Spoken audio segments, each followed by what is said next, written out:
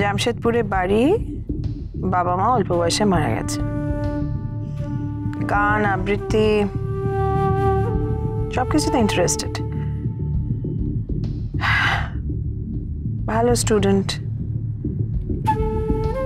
আচ্ছা, কলকাতায় আসে আর তারপর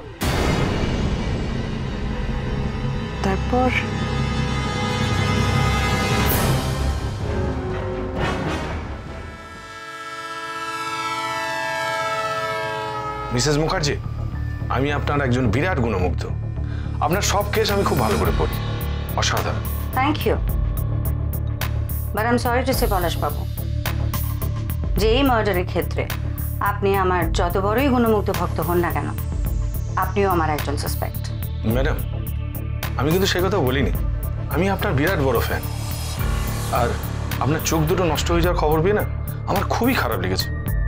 তাই বলে আপনাকে সন্দেহ করতে কিন্তু আমার খারাপ লাগবে না। আমার চোখ নষ্ট হয়েছে পলাশবাবু, বুদ্ধি না। এবার বলুন, এই পুরো সময়টা কি আপনি আপনার সিটেই ছিলেন? আমার কথা যদি বিশ্বাস না হয় আপনি আমার স্ত্রীকে জিজ্ঞেস করুন। আপাতত আপনাকে জিজ্ঞেস করছি। আমি 2 ঘন্টা আগে একবার সিট ছিঁড়ে উঠেছিলাম, বাথরুমে গেছিলাম, আর বড্ড কোমরটাও ধরেছিল তাই।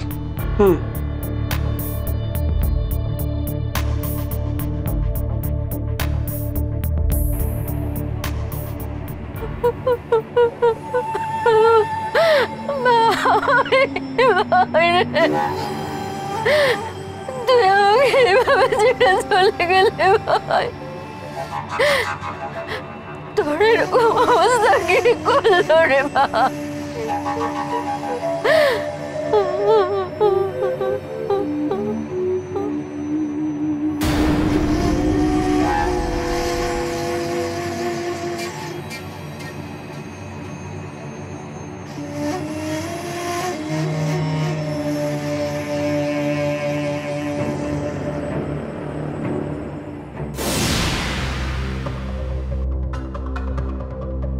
কোথায় যাচ্ছ? বাইরে। বাইরে মানে কোথায়? বাথরুমে যাচ্ছি।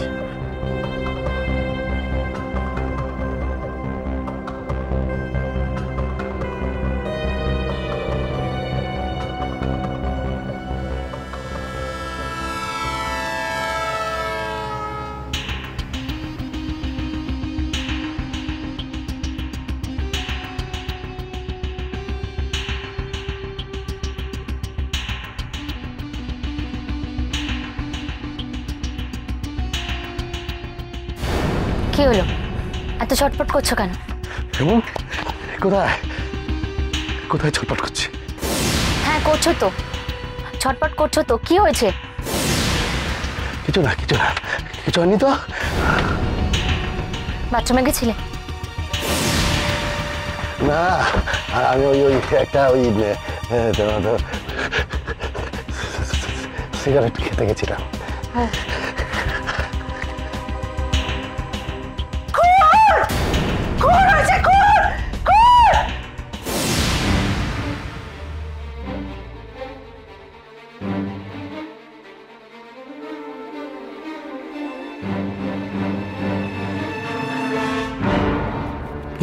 ওরকম করে কি দেখছো?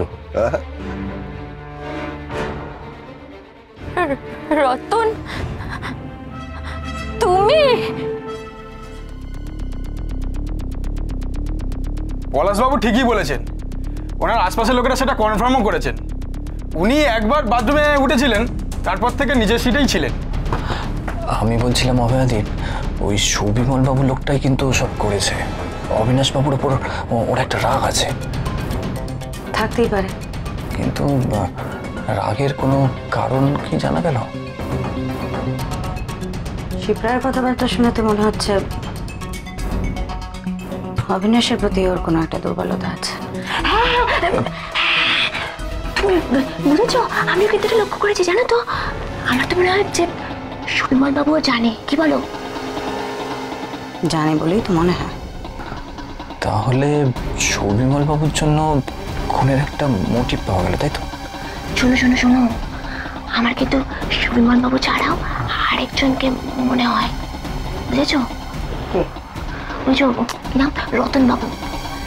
না তুমি লক্ষ্য করেছো সুমিত, এই মার্ডারের পর রতনবাবু একটু বাড়াবাড়ি রকমের নার্ভাস হয়ে গেছেন না? কি আমি হ্যাঁ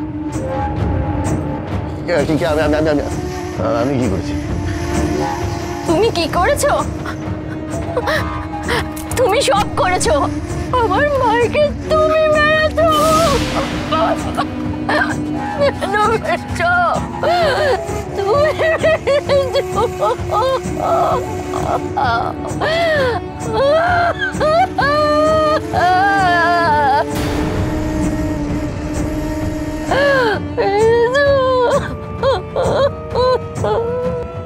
অবিনাশের দিদির গলা না? ইন্টারেস্টিং।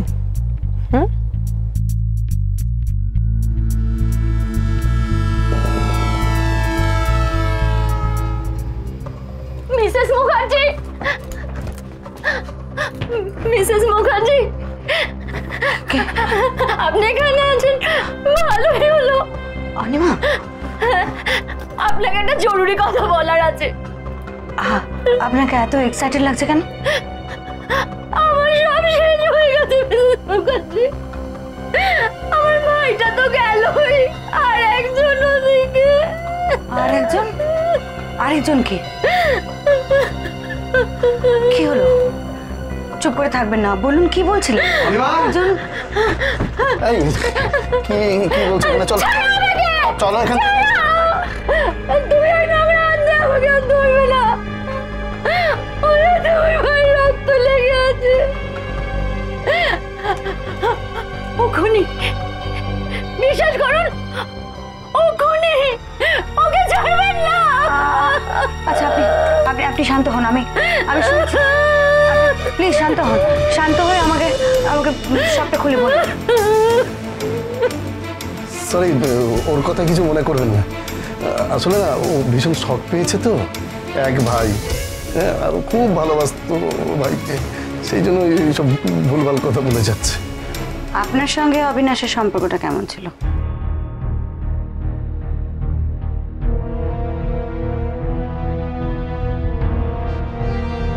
কি হলো রতনবাবু, চুপ করে গেলেন কেন?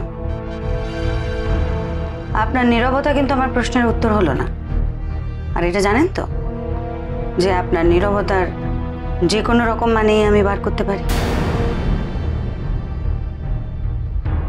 তাই যা বলছি স্পষ্ট করে উত্তর দিন। ও কি বলবে? আমি বলছি মিসেস মুখার্জি, ভাইকে চিরদিন ও হিংসে করে এসেছে।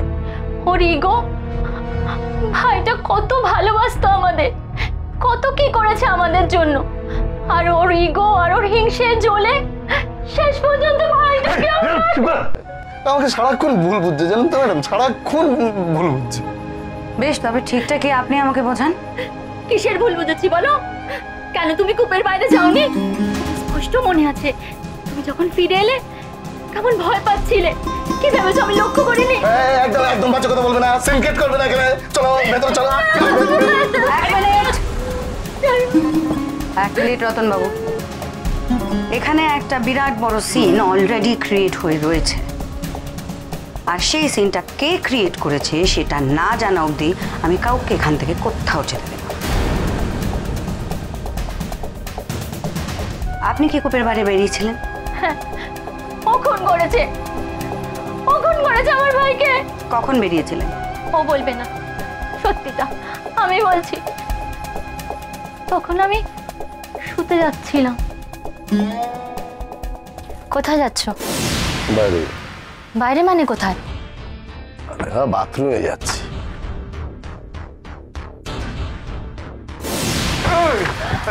তার মানে তুমি, হ্যাঁ, তুমি অবিনাশকে খুন করেছো? তুমি লজ্জা করে না? লজ্জা করে না তোমার? কি না করেছে তোমাকে? অবিনাশ কি না করেছে তোমাকে? করেছে আমি তোমাকে। ছাড়ুন, ওনাকে কি করছেন? ছাড়ুন। আমার এই খুনটা দেখে মনে হয়েছিল, তারপর থেকে না রতনদা মুখটা কেমন লুকিয়ে লুকিয়ে বেড়াচ্ছিল। আমার দেখেই সন্দেহ হয়েছিল। শোনো, কি ভেবেছো তুমি? অবিনাশকে খুন করে বউয়ের মারফত সমস্ত সম্পত্তি তুমি নিজের নামে করে নেবে? জয় কালী, জয় কালী কলকাতা वाली।